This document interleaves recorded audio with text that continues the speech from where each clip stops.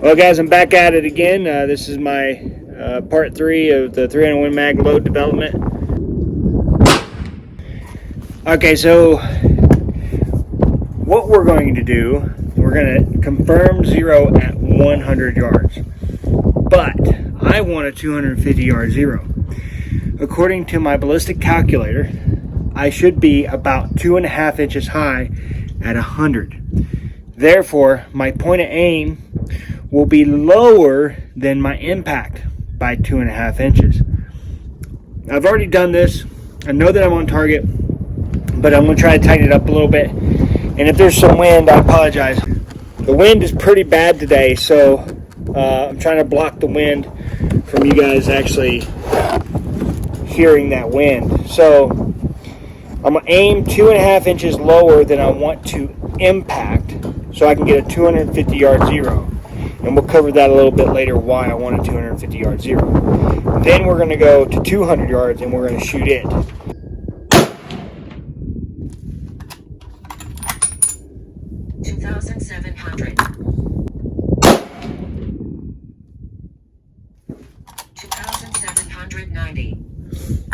The reason why there's so much standard deviation right now, or extreme spread, is I cleaned the barrel out. So it has to get its equilibrium back, right? But once it does that, these extreme spreads will dramatically change too. You can't see it because I already covered it up, but this was a smaller group than this one up here. But here's the deal. So if you want a further 0, then let's say 100. Let's say all you have is a 100 yard range, and you want a 200 yard 0 or 300 yard 0, whatever you want. Well, put all your data into your ballistic calculator for 100 yards, like 100 yard 0. And then see how many inches you would have to be high at 100 yards to get whatever 0 you desire. I want a 250 yard 0. So I would have to be 2.3 inches high, according to my ballistic calculator, to get a 250 yard 0 at 100. Okay? The same thing is going to be true here, right? So instead of 2.3 inches high, I'm at 200 now. I need to be 2 inches high, 2.1 inches high actually, to have a 250 yard 0. The reason why I want a 250 yard 0 is because that gives me the max distance that I can shoot, point of aim, and hit within a certain radius. For me, that means I can hit a 6-inch circle anywhere from 0 yards to 350 yards if I aim center mass. Okay, so I'm at 200 yards and I cleaned the gun, as mentioned before. I did achieve a 0.37 MOA according to Ballistic X on one of those targets. If that holds true, that means my shot group at 200 yards should be about 0.75 or 3/4 of an inch at 200 yards.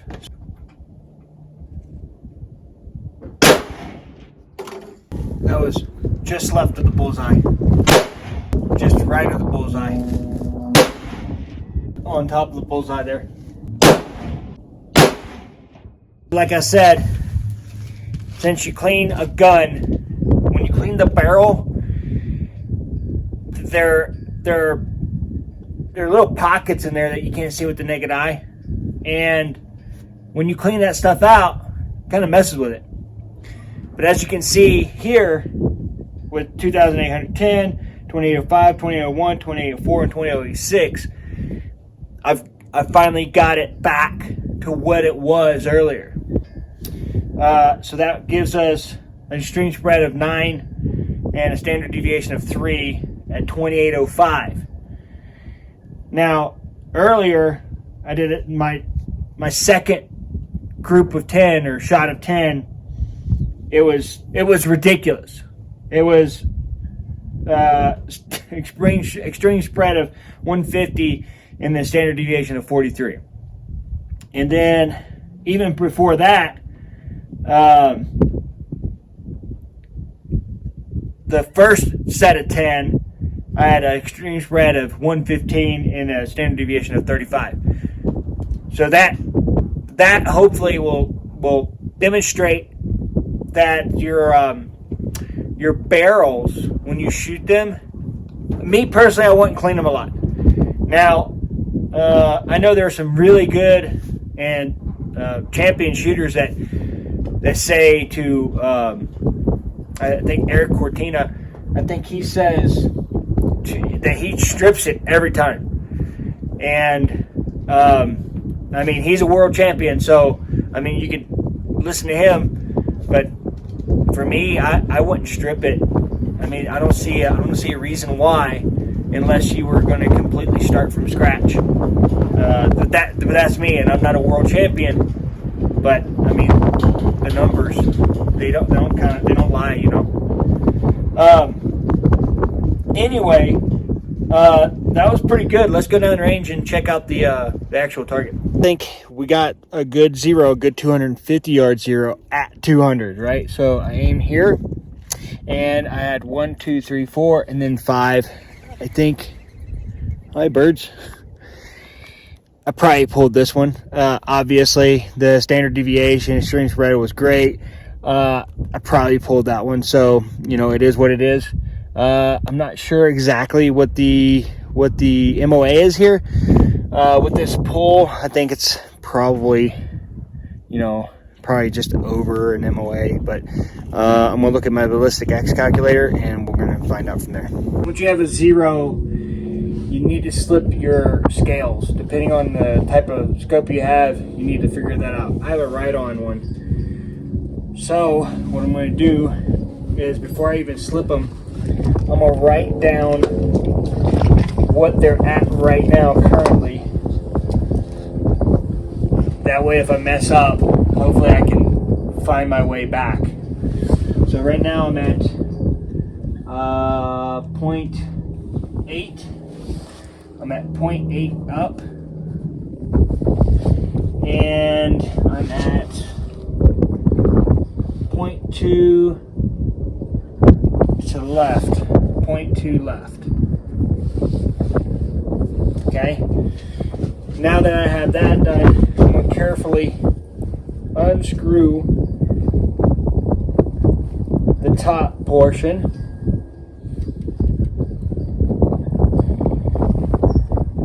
Sure not to lose that screw, and I'm going to lift up on the turret. Now this has a 0 stop on it, and I already have it installed where I want it, so I'll carefully put it back down on 0, put the screw back in, and cinch it down, and then I'll do the same thing with the windage knob or windage turret. Should fall in there really easy. You shouldn't have to force it. And then take my screw and put it back in to hold that turret on.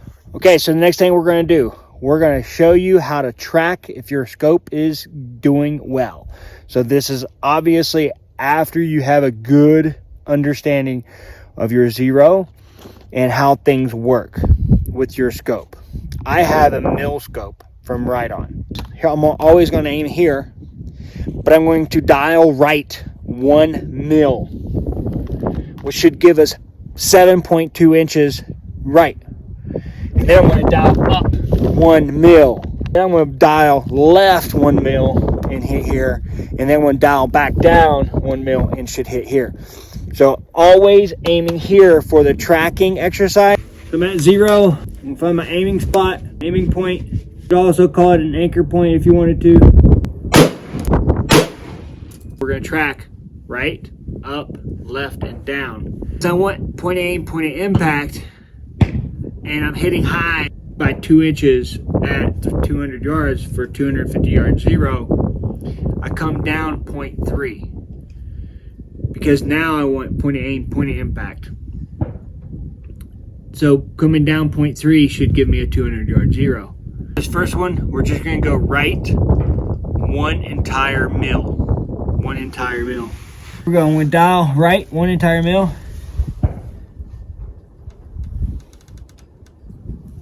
There you go. I went right 1 entire mil. We're gonna shoot 1 round, but we're gonna aim at that one spot, if you remember correctly. Now we're gonna go up 1 entire mil. Now we're gonna go left a whole mil. Now we're gonna come down a whole mil. 2,806. I think I pulled that one. I shot a 20 round string through the chronograph. And I sped up there at the end. But before that, it was better. But so this was a 20 round string. The barrel's a little hot. Looking at extreme spread of 51, standard deviation of 12. Always aim here. And I didn't shoot this the first time. This is the 4th shot. Okay. Always aim here. Move the reticle right 1 mil. And you should hit here. Now, I hit a little low. That's probably me. Okay. Then move the reticle up 1 mil. And you should hit here. I hit a little bit right. Again, maybe me. And then move the reticle left 1 mil. Again, I hit right. Probably me. And then move it down. And then I hit just about where I wanted to hit. So the scope is tracking well. I wish I was shooting better. You have bad days at the range. I think this is probably one of them. But even the bad day at the range isn't really all that bad. So, check out.